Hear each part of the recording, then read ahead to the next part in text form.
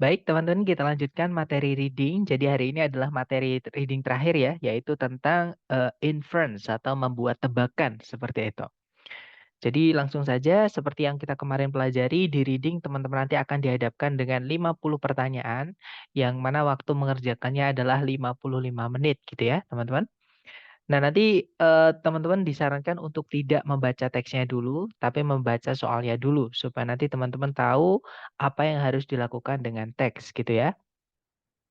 Nah, setelah teman-teman membaca soalnya dulu, teman-teman kenali apakah soal itu soal yang cara mengerjakannya cukup dibaca kalimat pertama di setiap paragraf, ya, atau teman-teman harus melakukan scan dan skim dulu untuk mencari kata kunci yang ditanyakan di soal di dalam teks, atau teman-teman harus membuat tebakan berdasarkan informasi yang ada di dalam teks gitu ya. Nah, untuk jenis soal apa aja yang teman-teman cukup membaca kalimat pertama di setiap paragraf. Nah, itu ada 3 soal ya, yaitu main idea, pertanyaan yang menanyakan gagasan utama atau idea organization, pertanyaan yang menanyakan pengembangan gagasan, dan yang terakhir apakah tone, purpose, sama course. Gitu ya, teman-teman.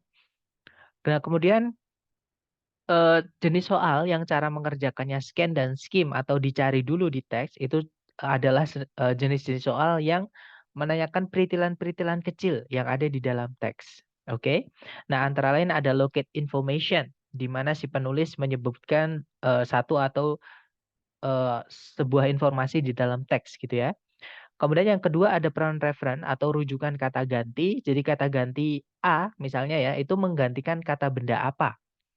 Nah, seperti itu. Nanti di teks itu teman-teman akan dikasih tahu letaknya di mana. Jadi tinggal membaca subjek predikat sebelum kata itu disebutkan, gitu ya. Kemudian ada juga stated detail atau unstated detail.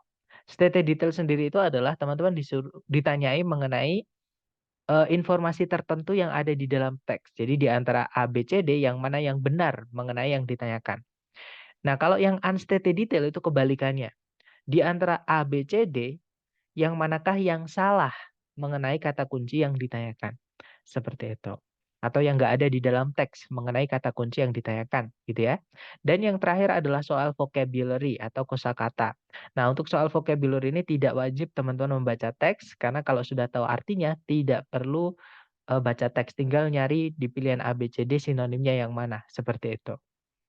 Nah, hari ini kita akan belajar dengan teknik yang terakhir, teman-teman, yaitu making inferences atau jenis soal yang cara mengerjakannya teman-teman harus menarik suatu kesimpulan atau kemungkinan berdasarkan informasi yang ada di dalam teks, gitu ya.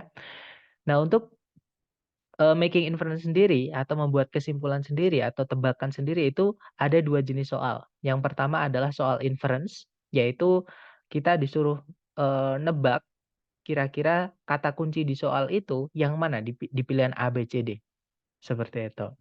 Nah, kalau untuk contoh soalnya dulu ya, maaf teman-teman. Contoh soalnya kurang lebih seperti ini. Nah, di situ soalnya berbunyi, yang manakah di antara berikut ini yang mungkin bukan kata dalam bahasa Hawaii. Nah, untuk inference ini biasanya ya, teman-teman nanti ada kata probably atau mungkin. Atau kalau nggak gitu ada kata infer atau imply atau likely gitu ya. Nah, likely juga artinya mungkin. Kalau imply atau infer itu artinya ditarik kesimpulan dari dalam teks. Seperti itu. Nah, ini kata kuncinya teman-teman adalah kata dalam bahasa Hawaii. Tapi ada not-nya ya. Jadi nanti teman-teman cari ABCD yang bukan kata dalam bahasa Hawaii. Nah, di pilihan ganda itu ada Mahalo, Mahi-Mahi, Meklea, sama Moana. Ini kalau teman-teman cek di teks, teman-teman tidak akan menemukan Mahalo, Mahi-Mahi, Meklea, sama Moana. Oke. Nah, ini adalah jenis soal inference. Makanya si penulis itu menggunakan kata probably, kata mungkin di dalam teks.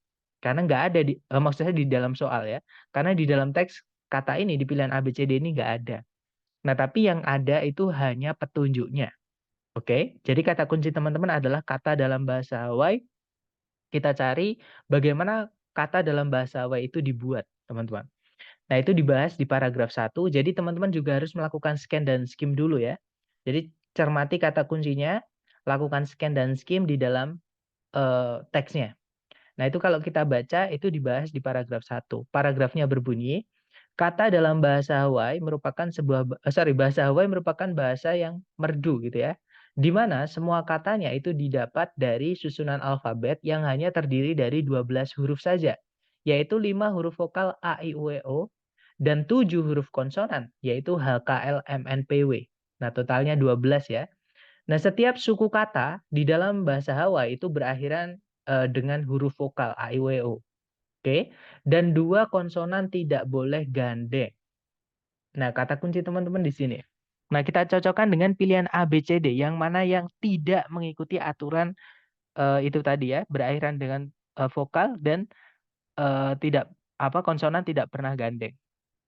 Yang alfa, ma, ha, lo itu ada 3 suku kata, teman-teman, yaitu ma, kemudian ha, kemudian lo, ya. Nah, setiap suku kata berakhiran dengan vokal yaitu a, o. Huruf konsonan itu tidak pernah ketemu, nggak pernah gandeng. Nah, huruf M, H, sama L-nya nggak gandeng ya, dia terpisah, teman-teman. Nah, otomatis yang alfa ini mengikuti aturan kata dalam bahasa Hawaii. Berarti bukan itu jawabannya. Karena yang ditanyakan adalah yang mungkin bukan kata dalam bahasa Hawaii. Gitu ya. Nah, kalau yang Bravo ada 4 suku kata juga, yaitu ma, kemudian hi, kemudian ma, kemudian hi. Nah, setiap suku kata berakhiran dengan huruf vokal, yaitu a, i, a, i. Terus huruf konsonan itu M sama H-nya itu nggak gandeng ya, dia terpisah teman-teman. Nah, berarti yang Bravo ini bukan jawabannya ya, karena dia mengikuti aturan bahasa Hawaii. Sedangkan yang ditanyakan adalah yang bukan kata dalam bahasa Hawaii. Nah, jawabannya adalah yang Charlie teman-teman. Di situ meklea. Nah, ada konsonan kedua yaitu kle. Ada huruf K sama L itu gandeng. Sedangkan dalam bahasa Hawaii konsonan tidak boleh gandeng. Ya, jadi jawabannya adalah yang Charlie, yaitu kata yang tidak merupakan bahasa Hawaii, seperti itu. Karena dia tidak mengikuti aturan bahasa Hawaii gitu ya. Nah, kemudian jenis soal kedua yaitu transisi. Transisi ini teman-teman nanti disuruh nebak paragraf. Kalau misalnya teks ini sebelumnya kita masukkan paragraf atau setelahnya kita masukkan paragraf, paragraf itu membahas tentang apa? Gitu ya. Jadi tergantung nanti teman-teman. Kalau yang ditanyakan adalah paragraf sebelumnya teks atau yang mendahului teks, maka teman-teman baca kalimat pertama. Oke. Nah, kalau yang ditanyakan nanti paragraf setelahnya teks, maka teman-teman baca kalimat terakhir. Karena transisi sendiri itu adalah penghubung antar paragraf. Gitu ya, dan itu bisa dijadikan petunjuk teman-teman untuk menjawab jenis soal ini ya, yaitu soal yang kita disuruh nebak paragraf sebelumnya atau paragraf setelahnya. Itu membahas tentang apa, seperti itu. Nah, contohnya ini di situ soalnya berbunyi, paragraf yang mendahului teks ini kemungkinan besar membahas. Nah, karena yang ditanyakan adalah yang mendahului teks ini, maka kita baca kalimat pertama ya. Nah, kalimat pertama di situ berbunyi, mitos yang lain mengenai lautan itu membahas tentang Davy Jones. Nah, tiba-tiba tadi ada kata mitos yang lain mengenai lautan. Itu adalah Davy Jones. Berarti paragraf setelahnya itu juga ngomongin mitos tentang lautan. Tapi bukan tentang Davy Jones ya.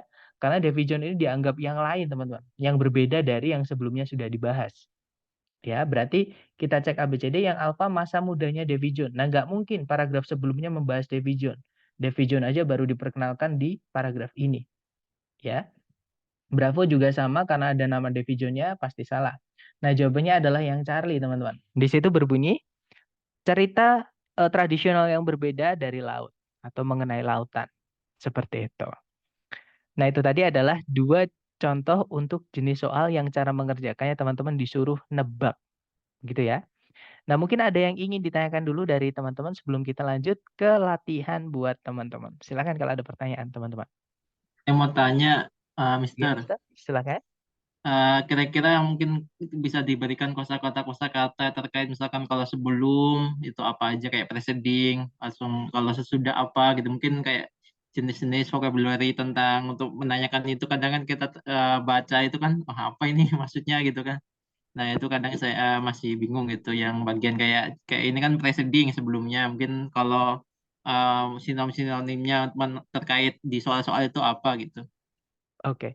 Jadi, kata kunci ya, Mister. Sebenarnya kata kunci itu nggak ada, teman-teman ya. Contohnya gini, kenapa saya nggak pakai buku Longman? Maksudnya nggak semua di Longman itu saya pakai, kan itu di Longman sebenarnya ada, teman-teman. Apa namanya, soal jenis transisi ini gimana. Nah, ternyata waktu tes itu beda, gitu ya.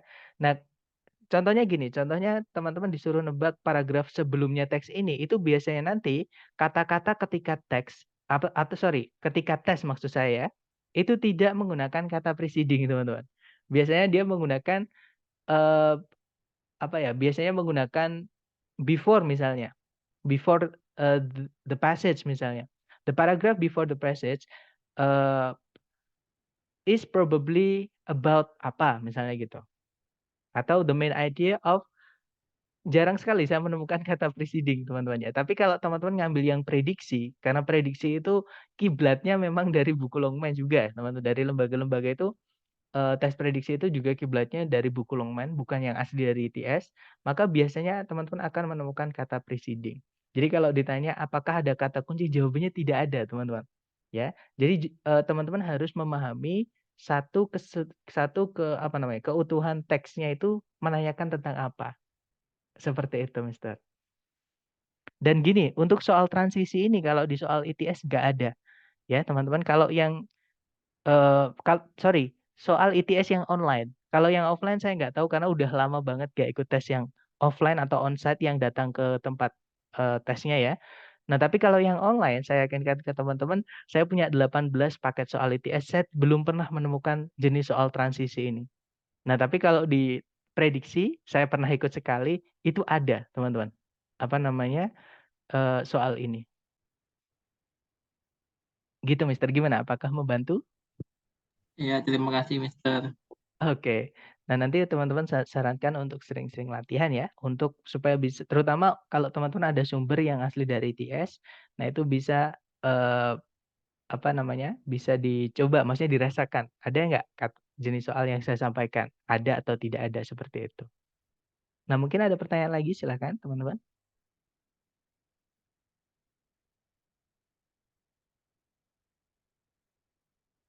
Sepertinya nggak ada. Baik, kalau gitu kita lanjut ke latihan soal buat teman-teman. Seperti biasa, jangan takut salah. Di sini ada satu soal dari buku Longman dulu ya. Waktunya 1 menit dimulai dari sekarang. Silahkan teman-teman.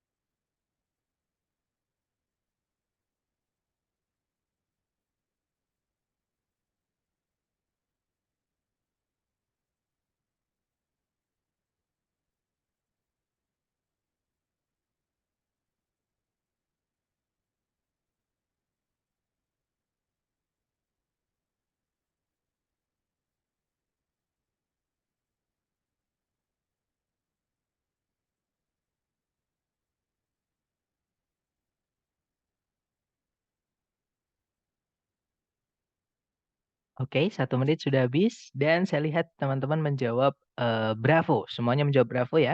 Mari kita cek bersama. Di situ soalnya berbunyi, paragraf yang mendahului teks ini kemungkinan besar membahas. Nah, karena yang ditanyakan adalah yang mendahului teks ini, maka teman-teman cukup baca kalimat pertama. Ya, dan kalimat pertama berbunyi, meskipun, elang gundul adalah salah satu, sorry, ya, meskipun elang gundul adalah sebuah simbol, bangsa dari Amerika Serikat, nah elang gundul itu tidaklah satu-satunya atau bukanlah satu-satunya.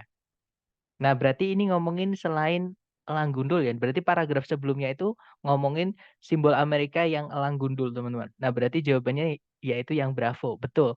The bald eagle which symbolizes the United States. Jadi elang gundul, yang melambangkan, Amerika Serikat, seperti itu. Oke, lanjut lagi ke nomor berikutnya, silakan 1 menit dimulai dari sekarang, silakan teman-teman.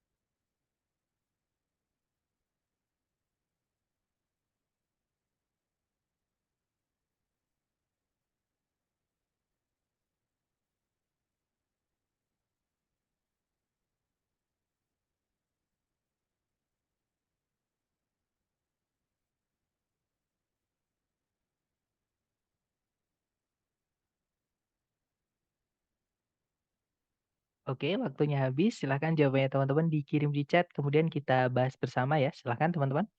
Dan ada jawaban, alfa, mari kita cek bersama. Di situ soalnya adalah, nama dari, komposisi Scott Joplin yang paling terkenal, kemungkinan datang dari nah, kata kunci teman-teman di sini untuk dicari di teks atau dilakukan scan dan skim itu adalah komposisinya Scott Joplin yang paling terkenal. Nah, itu kalau kita scan dan skim itu disebutkan di kalimat terakhir atau hampir terakhir gitu ya. Nah, kalimatnya mulainya dari sini teman-teman, ya. Jadi, disebutkan kalau, salah satu dari, eee, pekerjaan atau pekerjaan sehari-harinya gitu ya, salah satu dari pekerjaan sehari-harinya adalah atau berada di Maple Leaf Club di Sedalia, ini nama tempat teman-teman, yang terletak di Missouri. Nah, di sanalah dia mulai menulis lebih dari 5.000 komposisinya itu yang kemudian dia hasilkan. Nah, yang mana yang terkenal di antaranya adalah The Maple Leaf Rag. Jadi yang paling terkenalnya itu namanya adalah Maple Leaf Rag. Nah, yang paling mendekati namanya di teks teman-teman, itu adalah Maple Leaf Club, gitu ya. Rag itu sejenis musik teman-teman di sini, bukan karpet ya. Nah, di sini karena nama yang paling mendekati di situ ada kata The Maple Leaf Club sama The Maple Leaf Rag. Maple Leaf Club itu adalah tempatnya dia bekerja di Sedalia ya. Nah, kalau Maple Leaf Rag itu adalah, karyanya dia, komposisinya dia yang paling terkenal. Nah, berarti kenapa kok dinamai Maple Leaf Rag? Pasti ada hubungan dengan nama tempatnya ini, nama tempat dia bekerja. Oke, kita cek A, B, C, D yang ngomongin kalau, ada hubungan dengan tempatnya dia bekerja, gitu ya.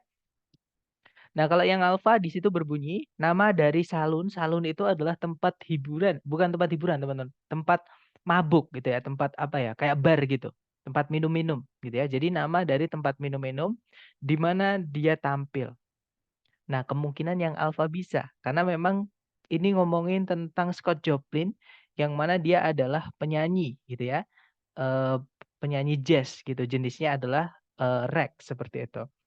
Oke, jadi kemungkinan alfa bisa kita tahan dulu. Kalau yang bravo, pohon maple yang ada di dekatnya, rumah Sedalianya. Bukan ya teman-teman, bukan karena sorry, pohon maple karena maple itu cuma nama, bukan pohon maple-nya. Nah, Bravo bukan. Kalau yang Charlie nama dari kota di mana dia dilahirkan. Dia dilahirkan di kota Mississippi. Jauh ya teman-teman dari Maple Leaf. Jadi bukan itu. Kalau yang Delta, sekolah di mana dia belajar untuk bermain piano. Nah, bukan juga teman-teman. Karena Maple Leaf tadi tempat dia bekerja, bukan tempat dia sekolah gitu ya. Nah, berarti jawaban yang paling tepat yang alfa tadi, yaitu nama dari, eee, tempat salun atau tempat minum-minum ya, di mana dia tampil atau kerja seperti itu. Oke, jawabannya alfa, lanjut lagi ke nomor berikutnya. Silakan 1 menit dimulai dari sekarang, silakan teman-teman.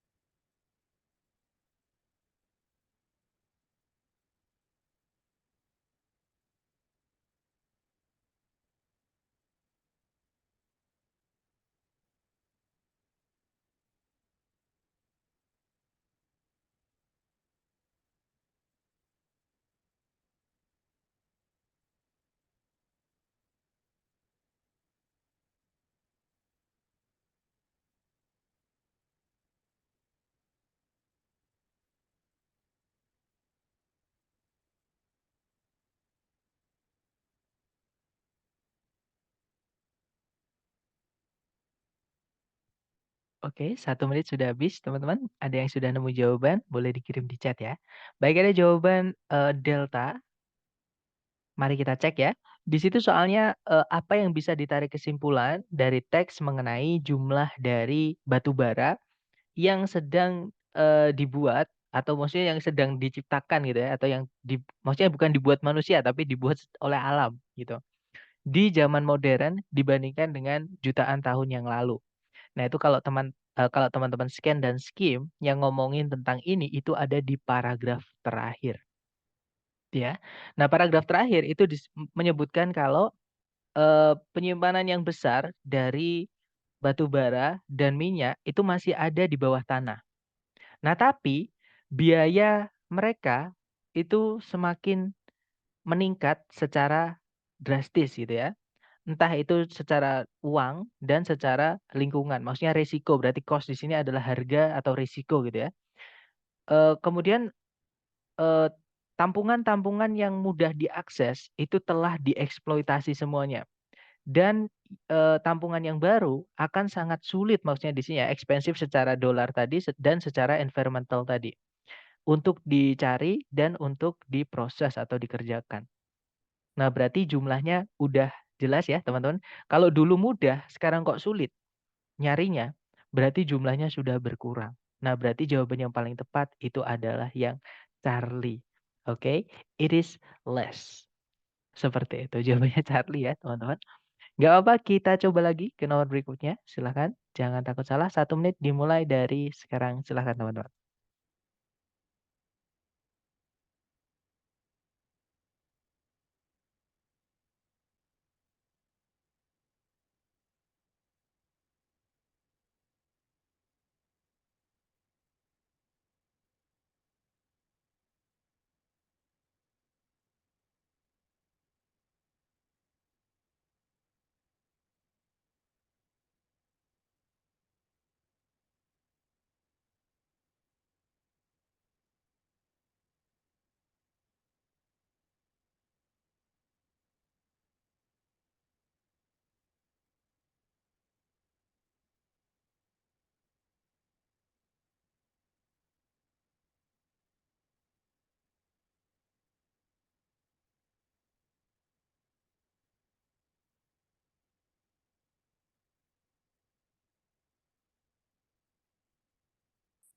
Oke, waktunya habis. Silahkan jawabannya teman-teman dikirim di chat. Baik, ada jawaban bravo. Oke, mari kita cek ya, teman-teman.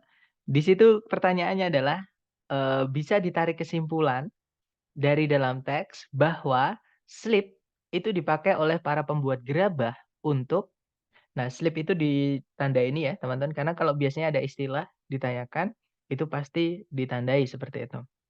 Nah, kita baca kalimatnya. Kalimatnya berbunyi, kemudian campuran tadi itu harus, mature itu berarti di sini maksudnya harus siap gitu ya, teman-teman. Jadi, campuran tadi itu harus siap sebelum sebuah pot itu secara hati-hati atau secara teliti dibentuk, oke. Dan kemudian diwarnai atau dicat dengan sebuah cairan dengan sebuah, itu tanah liat cair gitu ya, yang disebut dengan slip sebelum pengapian. Nah, berarti slip ini adalah, apa namanya, eee, tanah liat cair yang dipakai untuk mewarnai bagian luar dari pot yang mau di pengapian, di tahap pengapian, teman-teman. Gitu ya. Nah, berarti jawaban yang paling tepat itu bukan yang bravo, teman-teman, bukan pembentukan ya, bukan bentuknya, tapi lebih ke mempersiapkan bagian luarnya. Jawabannya adalah Charlie. Prepare the surface of the pottery before it is fired. Jadi mempersiapkan permukaan luar dari gerabah atau pot-pot gitu ya, sebelum, pot itu dibakar atau melalui proses pengapian tadi, seperti itu. Oke, lanjut lagi ke nomor berikutnya. Silahkan teman-teman, 1 menit dimulai dari sekarang, silahkan.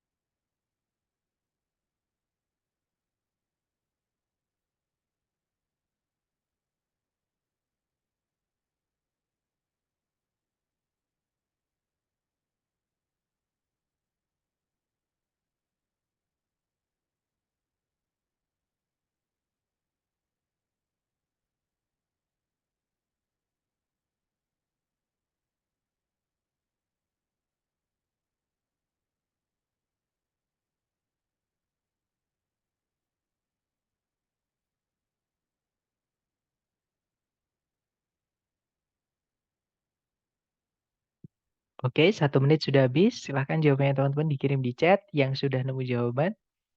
Sepertinya belum ada jawaban, nggak apa-apa. Kita bahas bareng ya. Di situ pertanyaannya adalah, bisa ditarik kesimpulan dari teks bahwa para pemikir itu, apa ya bahasa Indonesia yang enak, ya kurang lebih para pemikir atau filosof gitu ya.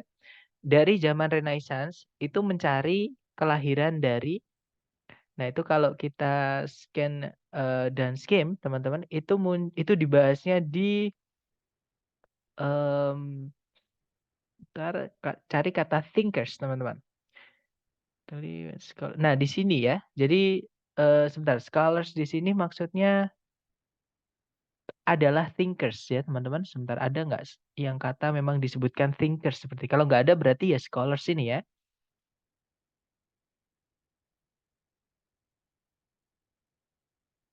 Ya, berarti ini teman-teman. Thinkers di sini yang dimaksud itu adalah em, ini apa? Scholars ini.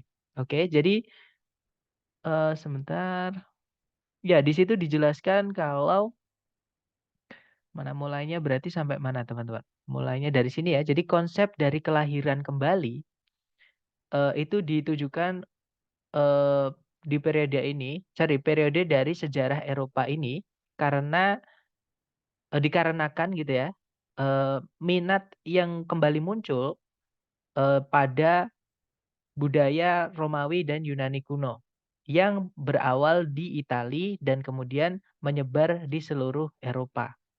Nah, para pemikir dan para seniman dari abad ke-15 dan abad ke-16 itu ingin mengembalikan eh, apa ya, the learning itu pembelajaran, mungkin bahasa Indonesia yang enak gitu ya. Jadi pembelajaran dan tujuan-tujuan atau apa ya, ideals itu adalah apa ya teman-teman, bahasa Indonesia yang enak itu target-target gitu ya. Target-target atau tujuan-tujuan dari peradaban-peradaban klasik dari Romawi dan Yunani. Nah, bagi para pemikir ini atau scholars ini berarti kembali ke manusia seperti yang ditentang atau seperti kebalikan dari spiritual. Jadi nilai-nilai manusia itu berdasarkan teks ini itu berlawanan dengan nilai-nilai spiritual, teman-teman.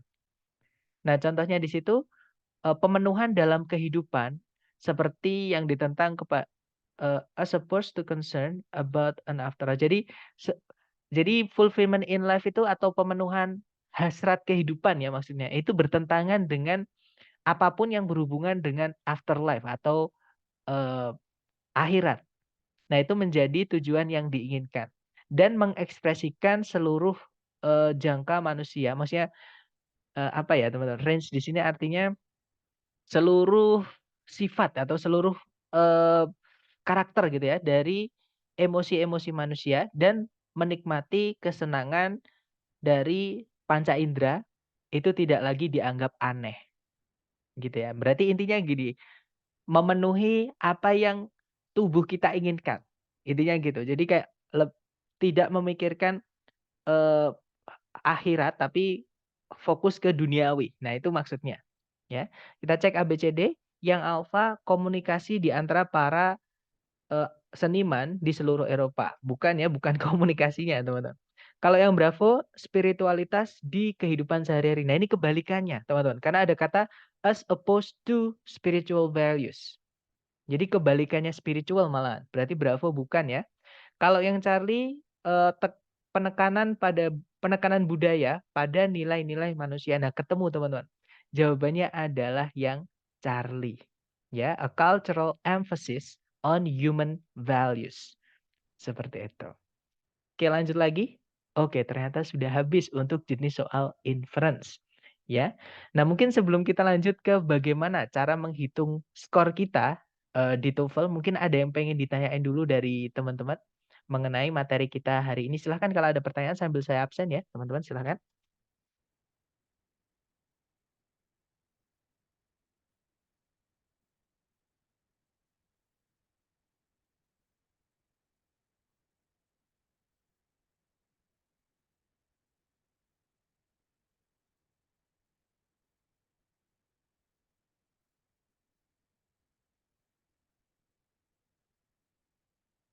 Oke, sepertinya nggak ada pertanyaan. Kalau gitu kita lanjut ke bagaimana cara menghitung skor teman-teman untuk TOEFL ITP gitu ya.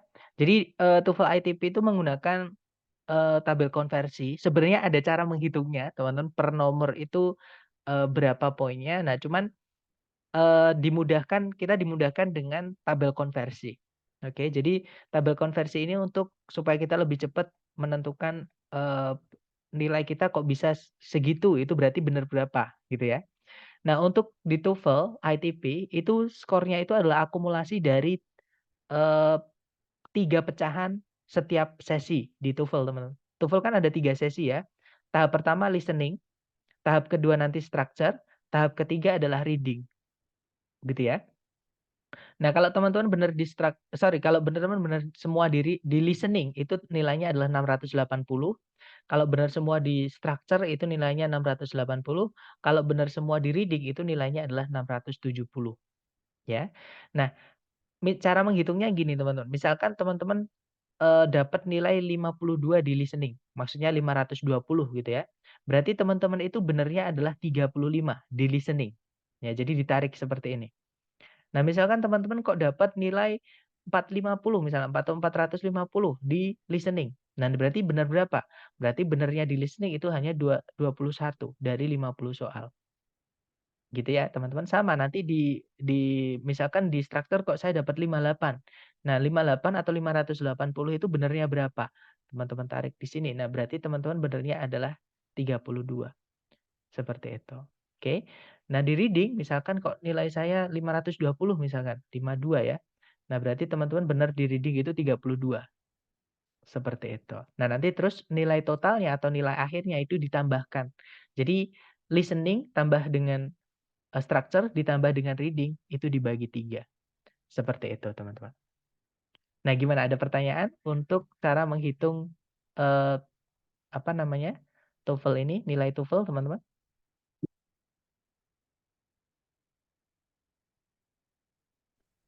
Nggak ada ya, easy ya? Mau tanya Kak, Iya, silahkan, Miss. ada contohnya nggak? Contoh langsungnya gitu. Sertifikat jadi ya? Untuk sertifikat jadi? Eh, misalnya kayak hasil kita udah selesai itu kan ada kayak penilaian sementara itu. Nah, biar Oke. tahu caranya ngitung itu. Oke, jadi unofficial test sebentar, teman-teman. Di flash disk saya bukakan dulu. Ini contoh yang dikirim ke saya ya dari sebentar, saya bukakan dulu.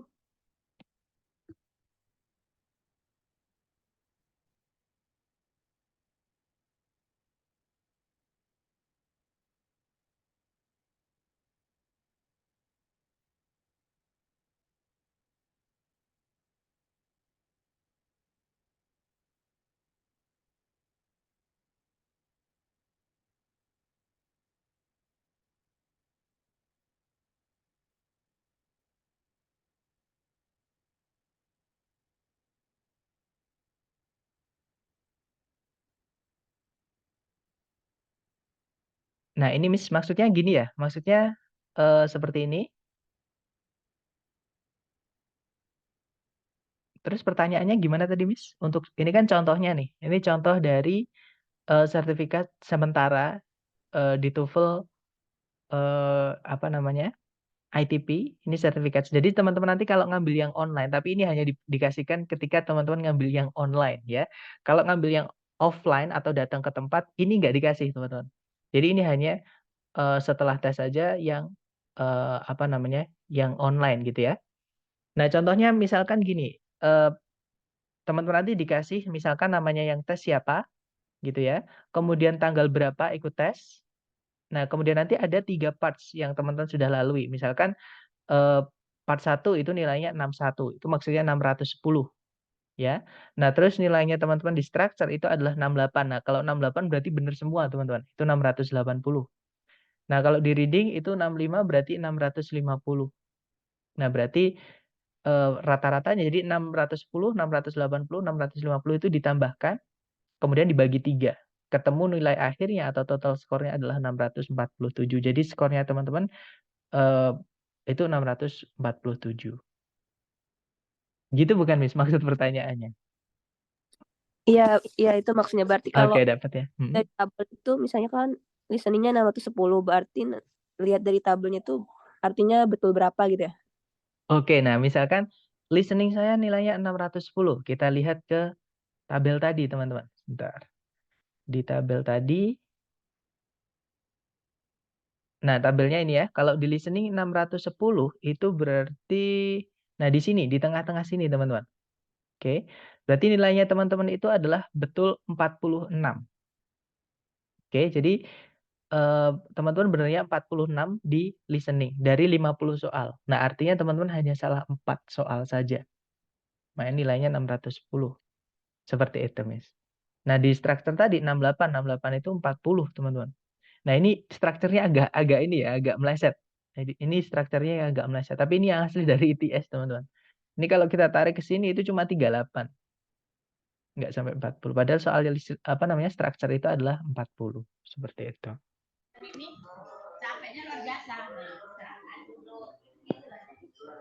Pertanyaan lagi?